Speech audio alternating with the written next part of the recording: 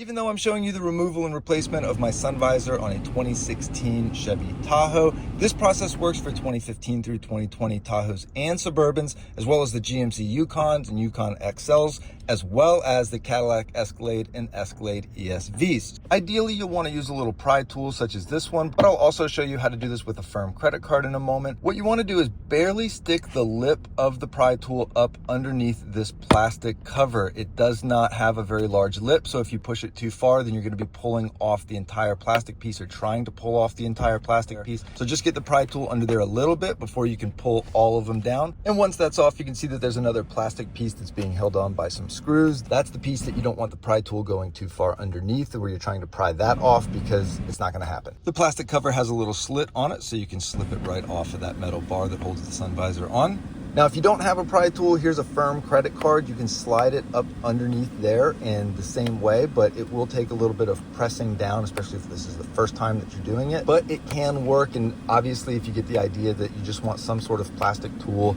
or some sort of tool that can get the lip of this cover off so you don't rip the headliner or tear the plastic or cut into the plastic, that's going to be best. And once that's off, to get these 3 screws out, they have a Torx head, so you'll need a T15 Torx head. I've got the WorkPro Allen wrench set here, and it's got it nicely labeled, so that is the bit that you will need to get these out. Set the screws aside, we certainly don't want to lose those, and as we start undoing the third and final screw, the sun visor is going to start falling down on us a little bit. Support it with the other hand while you twist off that remaining screw, and then there's a little bit of slack with the electrical cable that you can pull down. This piece here is the anti-strain device. This is to prevent tugging and pulling on the electrical cable, so be sure to unhook this, and then when we replace this, we're going to put that back so that it does not give us any trouble in the future and it does not accidentally yank or pull or rip or tear or do anything like that. This is how you disconnect the electrical cables. Please be patient with it. I'm using a small Leatherman tool, but you might need a small flathead screwdriver or something flush and flat to pry up under here. We can get that in there.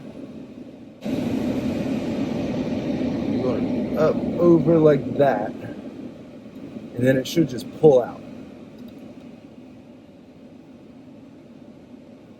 Now it's simply connecting the new sun visor and re-engineering what we did to get us here. We're going to take these 3 screws that are in this triangular shape, put it back into the bracket that it's fixed to, which is also in the triangular shape. Don't forget to wrap the cord back around the anti-strain device and then place it back in the hole. Takes a little bit of finagling to line up the screws and everything just right, but be patient with it again, and then re-screw the 3 screws that we took out and then place the little plastic cover back over it. It's that simple. It snaps right back into place. But that's it, folks. So if the light on your sun visor has gone out, or you've ripped it, or it's broken, or you just want to replace it, don't take it to the dealership. Don't take it to anybody. Just do it yourself.